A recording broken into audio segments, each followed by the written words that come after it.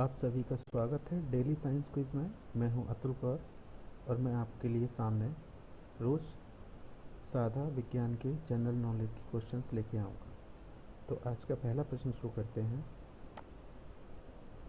मानव शरीर में गुणसूत्रों की संख्या कितनी होती है? आपको बताना है कि मानव शरीर में गुणसूत्रों की संख्या कितनी होती है।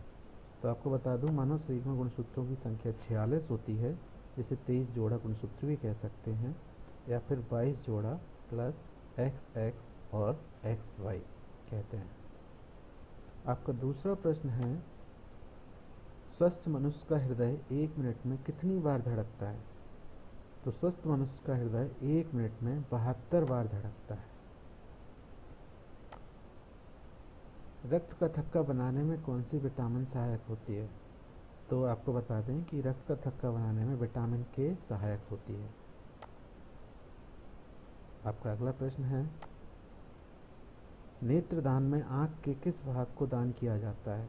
तो आपको बताना है कि आँख का वो कौन सा हिस्सा होता है, वो कौन सा पार्ट होता है जिसे हम नेत्रदान के दौरान दान करते हैं। तो आपको बता दूं कि नेत्रदान में हमारे आँख का कॉर्निया दान किया जाता है। अगला प्रश्न है, रक्त समूहों की खोज किसने की थी? तो रक्त समूहों की खोज वैज्ञानिक का नाम है कार्ल लैंडस्टीनर।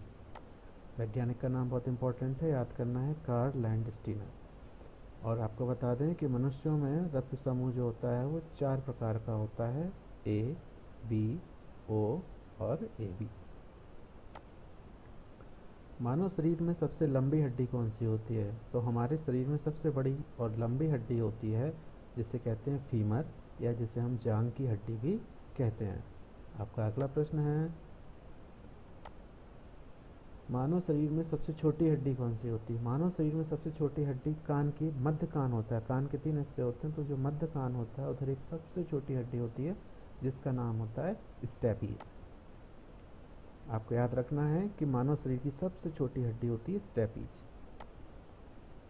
मानव शरीर की सबसे छोटी ग्रंथि कौन सी होती है? तो सबसे छोटी ग्रंथि जो होती है वो हमारे मस्तिष्क में, ब्रेन में पाई जाती है, और उस ग्रंथि का नाम होता है पिट्यूटरी ग्लैंड, या जिसको हिंदी में हम पीयूष ग्रंथि भी कहते हैं। अगला प्रश्न है, मानव शरीर की सबसे बड़ी ग्रंथि कौन सी होती है? तो हमारे शरीर की सबसे बड़ी ग्रंथि जो होती है वो यकृत होती है, जिसे अंग्रेजी में हम लिवर कहते हैं। अगला प्रश्न है, मनुष्य के रक्त का शुद्धिकरण कहाँ होता है? तो जो मनुष्य का जो रक्त है वो साफ होता है, ऐसे छानने का जो काम करता है वो हमारी किडनियाँ करती हैं। किडनियाँ उसमें से अशुद्धता जितनी भी होती है उसको छानकर मूत्र में बाहर निकाल देती हैं, और वहाँ से रक्त साफ होकर हृदय की ओर बढ़ जाता है। धन्यवाद।